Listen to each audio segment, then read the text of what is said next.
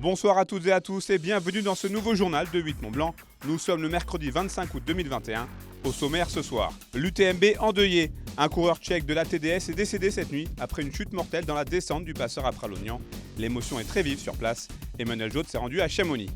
Et puis l'heure est au premier bilan pour les professionnels du tourisme. Direction Thonon-les-Bains et Valmorel pour faire le point sur un été mi-figue, mi-raisin. Bonjour à toutes, bonjour à tous. Le monde du trail et la grande famille de l'UTMB sont en deuil ce mercredi. En cause, le terrible accident qui a coûté la vie à un coureur tchèque peu après minuit ce mercredi matin. Engagé sur la trace des Ducs de Savoie, un tracé de 145 km, plus de 9000 mètres de dénivelé et sobrement intitulé TDS par les intimes, le compétiteur a donc chuté dans un passage escarpé sur les hauteurs de Pralognan. Malgré la rapidité des forces d'intervention, il est mort des suites de ses blessures. Un drame qui a poussé l'organisation à interrompre la suite de la course, comme nous l'explique Catherine Poletti, présidente de l'UTMB Group et créatrice de la très célèbre course.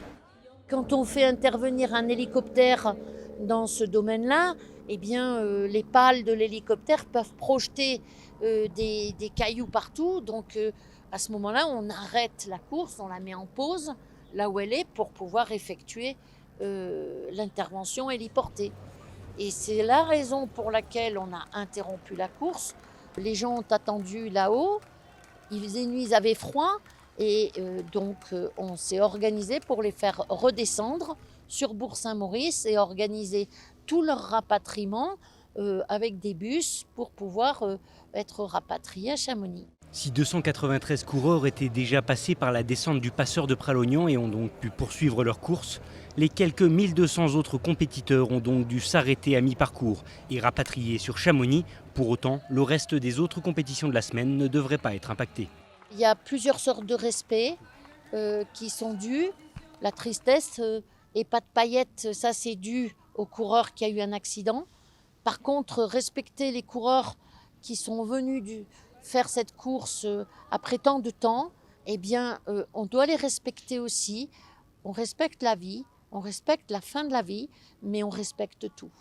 La semaine est donc encore loin d'être finie à Chamonix. Ce jeudi matin, ce sont les inscrits à la OCC qui prendront le départ avant vendredi matin et les inscrits de la Champex Courmayeur Chamonix. En attendant l'épreuve reine, l'Ultra Trail du Mont Blanc et ses 10 000 mètres de dénivelé qui débutera vendredi soir à 17h, ici même sur le triangle de l'amitié de Chamonix. Le premier tome de la collection de 6 albums consacrés à l'histoire du Grand Genève est un livre illustré. Assorti de jeux et d'énigmes, un album de littérature loisir retraçant l'épopée de Jules César et des Helvètes. Une épopée pleine de rebondissements, un format original pour découvrir l'histoire régionale transfrontalière. Son objectif étant de favoriser l'accès à l'histoire locale. Car la collection affiche ses ambitions. Redonner du sens et de l'épaisseur à une agglomération qui partage une histoire commune, riche de plusieurs siècles, et de poser les jalons d'une identité collective garante de la cohésion sociale. La grande idée, c'est de montrer simplement qu'il y a une histoire commune qui est déjà riche de plusieurs millénaires même, et de montrer que finalement la frontière, elle a bougé, elle a toujours bougé au fil des siècles. Alors dans l'époque antique, Genève, du coup, était du côté à l'Aubroge. Aujourd'hui, elle est du côté suisse, donc c'est simplement pour montrer la relativité d'une frontière. Je ne sais pas si c'est pour combler un oubli, en tout cas, il y a un manque certain. On n'a pas assez parlé de ce qui faisait la proximité des cultures savoyardes avec la culture genevoise, vaudoise, de toute la région dans son ensemble. On a plutôt parlé ces derniers temps de ce qui fait nos différences. Il y a eu beaucoup de points d'achoppement, il y a eu des mouvements populistes, la question des frontaliers. On a plutôt été sur des chantiers de division. Et effectivement, il nous paraissait très important de remettre au goût du jour ce qui, au contraire, fait le lien profond qui nous unit au sein de cette même région. 3850 exemplaires seront distribués aux enseignants et aux élèves des 173 écoles primaires publiques des 117 communes du Genevois français pour la rentrée scolaire 2021-2022. À ce jour, le tome 1 sera également distribué à certains élèves du canton de Genève, l'association des communes genevoises apportant son soutien à ce projet. Ce n'est pas une urgence, je crois que c'est un besoin, c'est un souhait. La population souhaite connaître mieux son histoire et on est dans des phases qui sont un peu de savoir d'où on vient, quel est le territoire, avec la globalisation qui a eu lieu, avec la pandémie qui est venue. Les gens veulent connaître aussi le territoire où ils viennent s'établir, avec une région qui est extrêmement dynamique, et de pouvoir s'intégrer. Le second tome intitulé Des barbares au pays des sapins remontera le temps pour favoriser l'accès à l'histoire locale, de quoi certainement inspirer les sorties scolaires et familiales. C'est vraiment une suite parce qu'on a, on a carrément douche et toilette pour la chambre. La famille Emonin gère le camping de Saint-Dizier depuis 20 ans. Cet été, le parc de 12 hectares enregistre un ralentissement de son activité. Les réservations ont baissé de 10 à 15%. Ce fléchissement de la fréquentation déjà vécu en 2020 n'inquiète pas trop pour le moment Kevin, l'un des responsables du site. Ça a été quand même un été un petit peu mitigé du fait de ce fameux pass sanitaire du Covid, donc dans la succession de ce qui s'est passé l'année dernière aussi. Et ajouter à ça la météo au mois de juillet, début juillet, qui n'était pas vraiment sympa avec nous. Donc on va dire que le mois de juillet était très mitigé. Ensuite sur le mois d'août on s'est quand même un petit peu rattrapé, on a quand même fait un bon mois d'août. C'est une région qui est quand même vraiment jolie, qui attire quand même beaucoup de monde, beaucoup de clientèle étrangère, clientèle française. Et donc ouais, on arrive toujours à tenir un cap, à toujours investir, toujours aller de l'avant, augmenter le camping, donc non, c'est bien. La base de rafting installée dans l'enceinte du camping dresse pour sa part un bilan plutôt positif de cette saison d'été, malgré l'influence de la météo et l'entrée en vigueur du pass sanitaire. Je pense que le pass sanitaire n'aurait pas été là, on aurait fait encore une meilleure saison. Parce que le nombre de personnes qui nous ont demandé, nous ça ne nous concernait pas, mais ils se sentaient bloqués. Vu avec le pass sanitaire. Globalement, les professionnels du tourisme restent sereins dans le secteur de Thonon-les-Bains. On a eu un bel été, les chiffres sont meilleurs que l'année dernière, on a eu beaucoup de visiteurs et l'office et la ville ont d'ailleurs mis en place de nouveaux événements pour redynamiser le territoire et vraiment accueillir dans un bel esprit nos visiteurs et ça a bien marché. La saison d'été se poursuivra au moins jusqu'à la foire de Crète.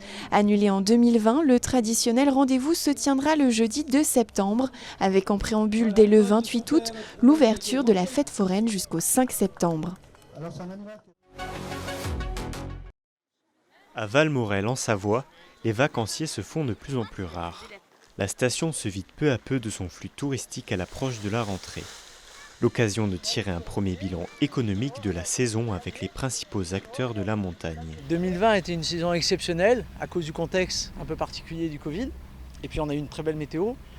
Et 2021, on s'attendait aussi à avoir une situation aussi belle que 2020.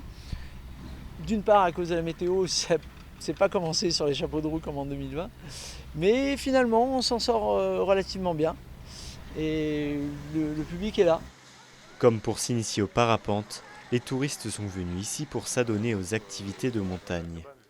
Dans ce magasin dédié, les gérants se sont adaptés aux conditions météorologiques. Au niveau tendance, moi, le best-of, ça a été d'abord, il n'a pas fait super beau au mois de juillet, donc là, j'ai super bien vendu veste, kawaii, tout ça. Et puis, oui, bien sûr, les chaussures, les chaussettes et les casquettes, les bops. Enfin, voilà, là aussi, j'ai été dévalisée, quoi. Même si les retombées économiques de la station ne rivalisent pas avec l'exceptionnelle saison passée, les chiffres de cette année restent tout de même encourageants.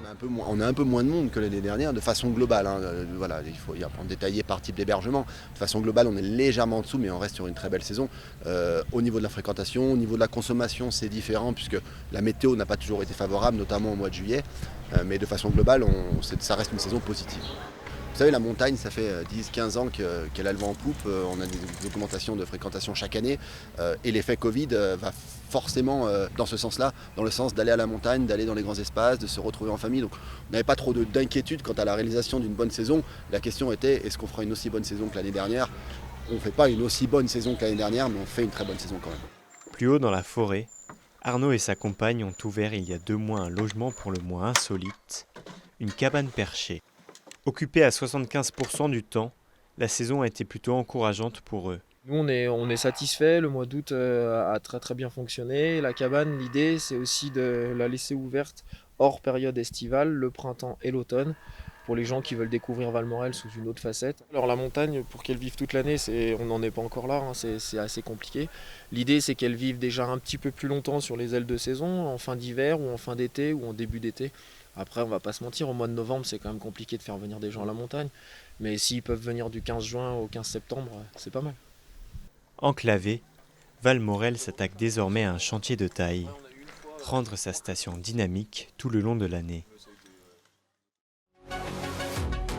C'est la fin de cette édition. Merci pour votre fidélité à l'information sur 8 Mont Blanc. Dans un instant, la météo de Thierry Paulme. Passez une très belle soirée sur notre antenne et à demain pour un nouveau journal.